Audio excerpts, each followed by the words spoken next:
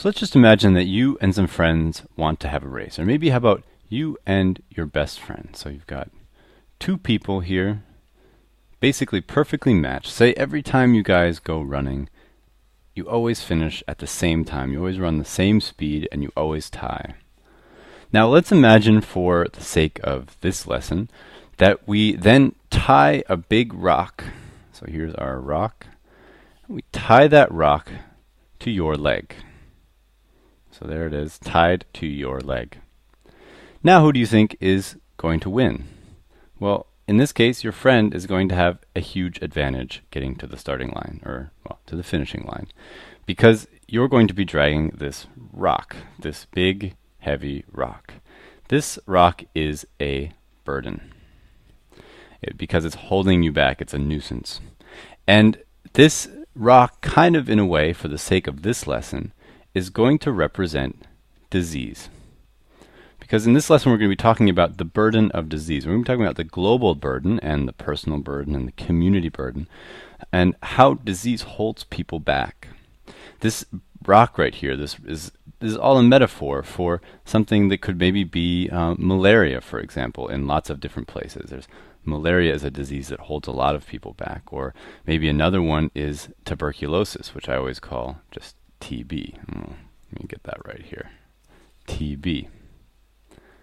It could also be HIV, which is also another common one that's holding a lot of people back around the world. So how about we go take a look at what this really means? We're going to first start by taking a look at some definitions, because definitions are kind of important, because, you know, need to know these things. And we're going to start by just writing the global burden of disease. And I think that this last word here really needs to be sort of taken apart. I actually didn't know this before I was the actual definition. I mean, I think everybody in their head kind of has an idea of what disease means, but I didn't really ever look up the definition, because I kind of always thought, well, I guess I know that. But basically it means an abnormal condition affecting the body. And in humans, this causes, so it leads to, and I'm just going to make that with an arrow, it leads to pain,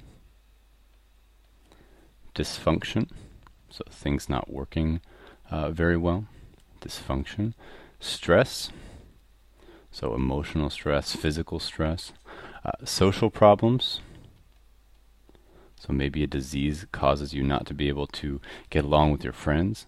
And then in really bad cases, when things are not going right at all, it can result in death. And that's a very, very bad thing, obviously. Now these are caused by, diseases are caused by often bacteria, and so we'll talk a lot about bacteria in this course. Also caused by viruses, or they're caused by fungi. Then there's lots of other things that cause you to be sick in some way, but a disease is generally caused by these three things. Now a disease is a little different than an illness. An illness is actually something that can't necessarily be proven. So when someone is sick, you can go in their body and you can look for signs of one of these things. You can look for bacteria, a virus, or a fungi, and you can say, oh, hey, this guy has an, actually, sorry, fungi is not spelled with an A. I'm going to be making this mistake all the time. So fungi is only spelled with an I here, no A. But when you go into someone's body when they are sick with a disease, you can find evidence of one of these things, or maybe something else. If they just have an illness, it's actually something that someone feels, but it's not necessarily always provable or perceived. It's something that you can't necessarily look up. It's something that someone feels. Now, obviously, we've already talked about burden. It is some kind of hardship, or maybe a nuisance of some kind.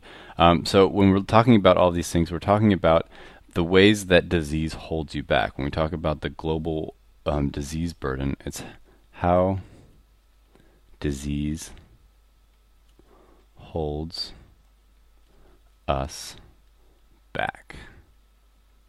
And I use us because we're all humans, and no matter where you go in the world, there are sick people. In some places, there are more sick people than others. But in general, the global disease burden is one that we can talk about really for all humans everywhere. So So at some point the question comes up, how do you measure the burden? And this is actually really a huge question if you think about it. How it's so complicated. How do you measure whether people are healthy or not? And in a lot of ways, it's not really actually possible to do that. You know, you're taking a look at people's lives, and it's almost impossible to actually really quantify or qualify how someone is doing. But people try to do that. So in a lot of numbers, you're going to see them counting the number of years of life. So that's the ones that are quantity based. And then you have the quality based, which are the ones that are trying to calculate out how healthy or how well someone is doing through some very complicated math that we'll very quickly breeze through and not really talk about in too much detail. So let's take a look at the quality numbers. You're going to see these quite a lot. The number one sort of number that you kind of come across a lot is called life expectancy. Life expectancy is just sort of a measure of how long someone will live, and it's often calculated from the day that you're born. So if you're born in 1960, you have a different life expectancy than someone who's born in 1970 or in 1980. Now there's another way of measuring someone's life, a lot of time when it's already kind of over, and that is the years of potential life lost.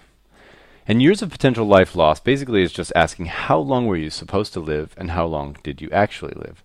So if you're supposed to live 80 years, but you actually only lived 60 years, then that means you lost these 20 years here that you were supposed to have. And you'll see this abbreviated as YPLL. You'll also see life expectancy abbreviated as LE or LE something. Sometimes there will be different things around it, but generally you'll see LE as sort of the abbreviation.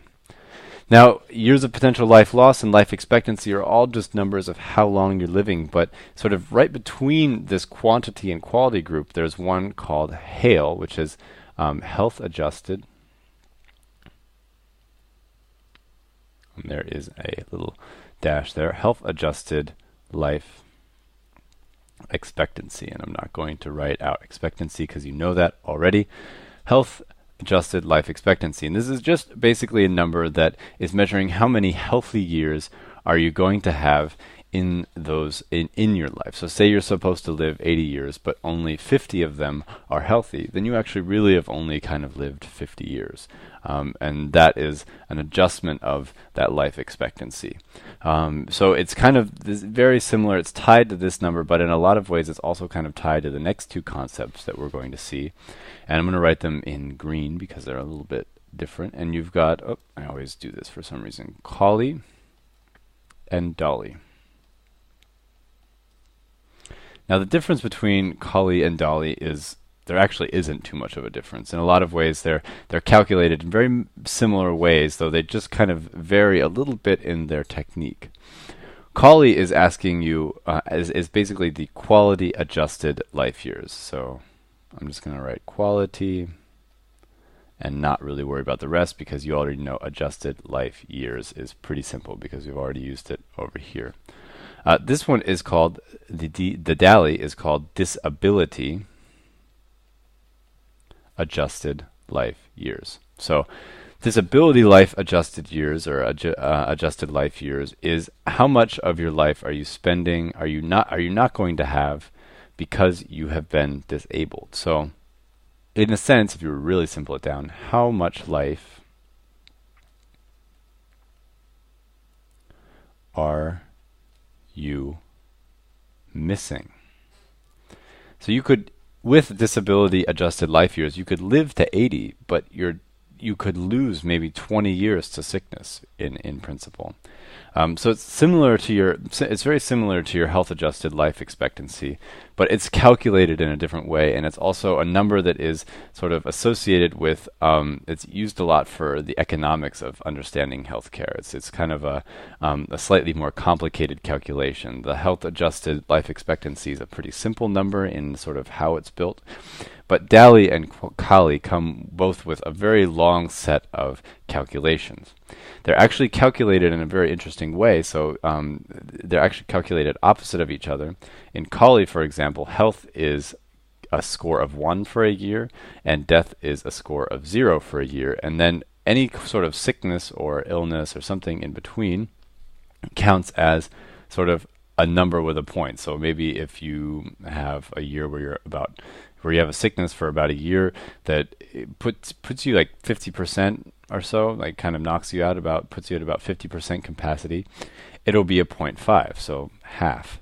And basically the same thing works for DALI, except that it runs in the opposite direction, because CALI is a positive sort of count. It's asking how many good years do you have, and this DALI is asking how many years have you lost. So when you talk about something, when you talk about a disease, maybe taking away people's living, kind of like good living standard, it'll be usually framed in terms of DALI. It'll be usually said, this many years were lost due to illness, and usually not said the other way.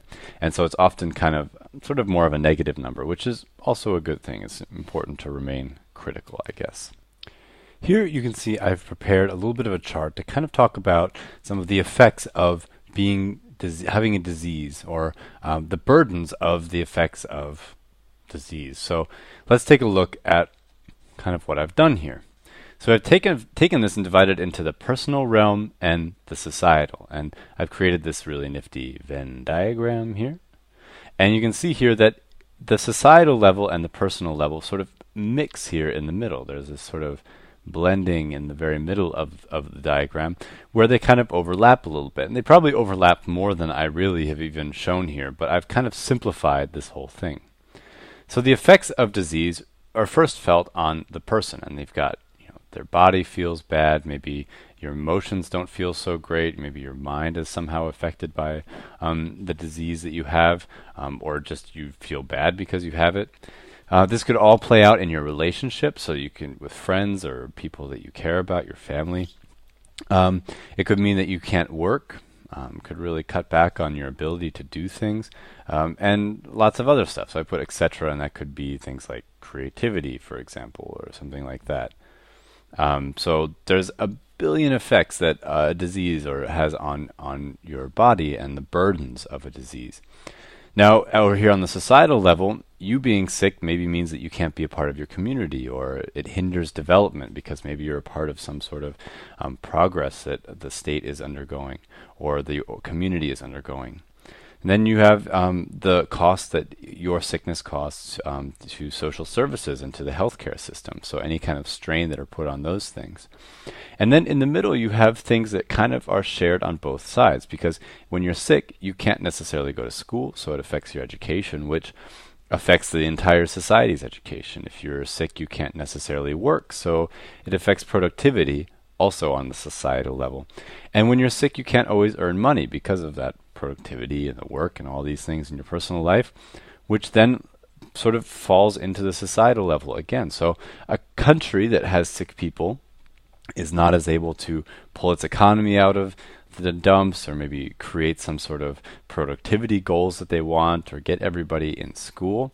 And the same thing is happening basically on the personal level, because group health is just sort of the sum of the health of the people living in that society, though it's a little more complicated than that. So these are sort of the effects of disease, or the burden of disease, sort of on the personal and societal level.